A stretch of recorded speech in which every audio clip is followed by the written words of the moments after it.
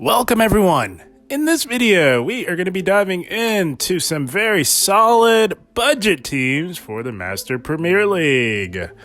I often get asked for non-XL, non-legendary teams, so I thought what better time than now with the Ultra Premier League coming soon, tomorrow actually, at the time of recording this video. So we're going to have a look at a few solid budget teams. Budget just meaning that they are non-XL teams, Pokemon that have had community days, that can still absolutely put in some work in this Ultra Premier League. So without further ado, let's dive into team number one. All right, guys, here we go. Team number one. Any surprise? Does it come as any surprise to see these three on team number one? As a very strong and powerful budget team, it leads with Walrein on the lead, Trevenant on the safe swap, and Charizard in the back. So this is a very flexible team, guys. For the sake of this first entry, we are leading Walrein, but you could also flip-flop Walrein and Charizard and actually lead Charizard. It just really depends on what you're seeing a lot of and what you're looking to counter at your specific elo. So if you're seeing a lot of fighters or counter users on the lead, you'll definitely want to go Charizard, or even if you see a lot of Charm leads, you'll want to go Charizard. But if you see a lot of Swamperts, you could just go with Walrein on the lead. So like I said, very flexible team. I think always you'll want Trevenant on the safe swap. Trevenant can perform quite well, even at a type disadvantage. That's just the power of Trevenant in any meta. So let's have a look at the scorecard here. And not bad for a team with no XLs in the Ultra Premier. You get a B for coverage. You do get a C for bulk. That's to be expected with any team with both Trevenant and Charizard on it. But a C is not bad considering those circumstances. You get an A for safety and a B for consistency. So let's have a look at these matchups here. And historically, Trevenant and Walrein form a very powerful core, and I don't think there is a whole lot of difference, given that, you know, it's all level 50s now.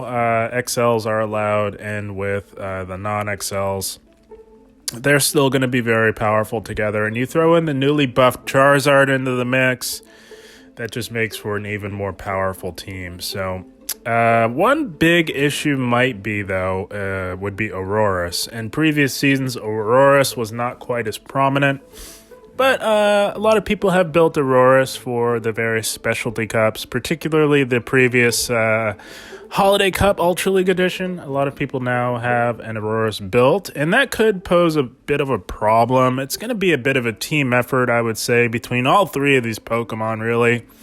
If you encounter it on the lead, I think it's worth shielding up a potential Meteor Beam, and them seeing a Walrein lead might tempt them to just go right for the Meteor Beam rather than baiting, although they could bait you as well. But I think either way, it's worth a shield to either put the pressure on by doing big, super effective damage with an EQ from Walrein on the lead, or maybe even up that shielding scenario. But it will be rough. Like I said, it's going to be pretty tricky dealing with an Aurorus lead, not going to lie.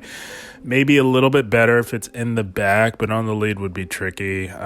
You could even play out all even shield scenarios just to try your very best to get that big EQ damage off. I think that's the key to tackling an Aurorus, getting the EQ off, having that land. However you have to, I would say.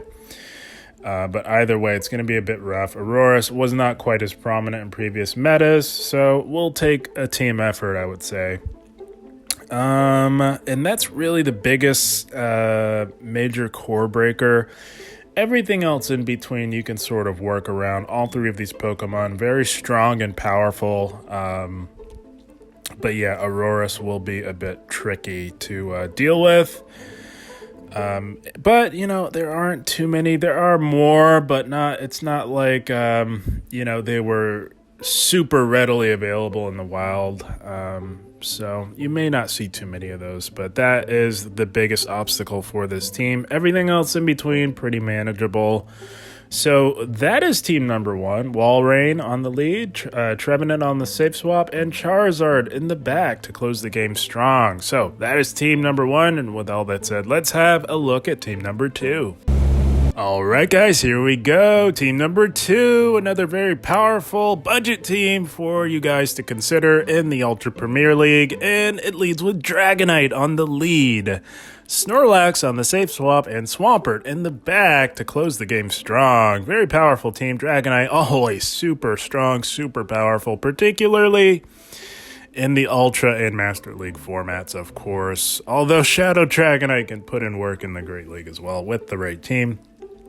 So this team is meant to really sort of box out Trevenant, as you have 2 solid answers to it in the back. And Dragonite going to be weak to those Steel and Fairies. Both Pokemon behind Dragonite have solid play against both of those typings. So let's have a look at the scorecard here. And here we go. Pretty solid yet again, considering that this team does not have any XLs on it. You get a B for coverage, C for bulk, B for safety, and an A for consistency. Not bad at all, considering that there are no XLs on this team. And let's have a look at these matchups here. So Dragonite on the lead, always very solid and strong. You just have to mostly keep it away from Fairies, as with the having access to superpower now gives it a lot more play against those very strong Steel types. The only Steel type that I would immediately swap out on would be Steelix, as Steelix is quite bulky, very bulky in fact, and is dealing super effective damage with those Dragon Tails. It's not worth taking all of that super effective damage to threaten with the superpower, although you can. That is a way to go as well, but I would just go right into Snorlax and look to play on from there. Snorlax is your tank on this team, obviously, so you're really going to want to be looking to grab shield advantage with Snorlax to set up either Swampert or Dragonite to close in the end. Stunfisk is a little bit different. You can stay in there a little bit because you do tank the Rock Slide, and a fully powered superpower does a lot of damage, although you could play that the same way as you would Steelix, not even messing around, and going right in the Snorlax, as both Snorlax and Swampert can do quite well against Stunfisk, as well as against Steelix. So pretty straightforward. Pidgeot in the 1 shield. Now keep in mind, these matchups are in the 1 shield. Does beat all 3 of these Pokemon in the 1 shield individually.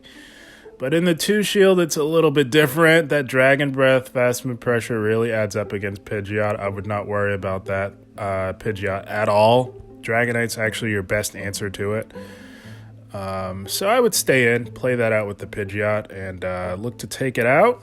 You're going to get debuffed along the way, but I think once you get in enough damage, if you want, you can make a play into Snorlax, but the safer play would be to take it out with Dragonite, I would say.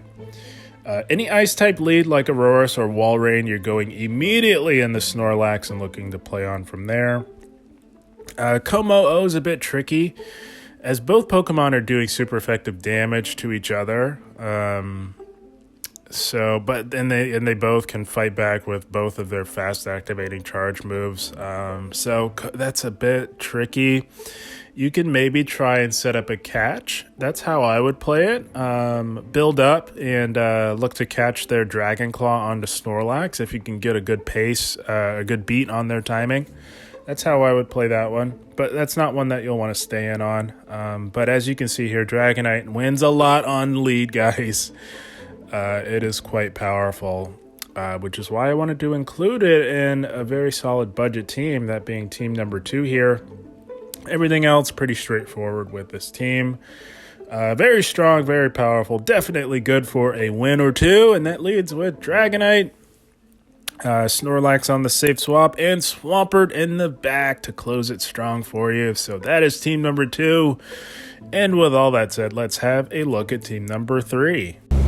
All right, my friends, last but certainly not least, team number 3, a classic ABB style team that can also set you up for a lot of success in the Master Premier League. It leads with Charizard, newly buffed Charizard, courtesy of Season 13 of Pokemon Go Battle League. On the lead, Snorlax on the safe swap, and Obstagoon in the back. So this team is for anyone who does not like Trevenant whatsoever, as all 3 of these Pokemon completely shut out Trevenant. And it does function as a very strong classic ABB line in the Ultra Premier League. So yeah, Charizard's going to protect the back 2 normal types from the fighters. It protects Obstagoon from the Charmers, while the back 2 can put in work against the Stunfisks and those strong steel types in the meta. So let's have a look at the scorecard here. And okay, not bad, decent. You get a C for coverage, and that's to be expected with a classic ABB line. Nothing too crazy there, but you get a B across the board for bulk, safety, and consistency. That's not bad. Very solid. Let's have a look at these matchups here. So again, classic ABB line. Any neutral or losing lead, you're swapping out in the Snorlax to draw out the hard counter. That way, that clears the way for Obstagoon to roam free and wreak havoc. That's how the team is designed. You'll likely draw out a fighter if they have it, and that will set up Charizard to come in and take it out. Everything else in between winning leads are the only ones you're staying in on. ABB, you're always swapping out on the neutral or losing leads to draw out the counter to your back Pokemon being Obstagoon. That's how the team is designed. And it works like clockwork. That's why ABB is generally the best, most effective and efficient way team comp to run in Pokemon Go Battle League. So not a whole lot to really cover here. Charizard is an absolute monster, as many of us all may know by now. This thing is an absolute wrecking machine in the Ultra League, very overpowered. Which is why it functions very well on a budget team, because it's quite inexpensive. It's had multiple community days by now, so very accessible, very powerful.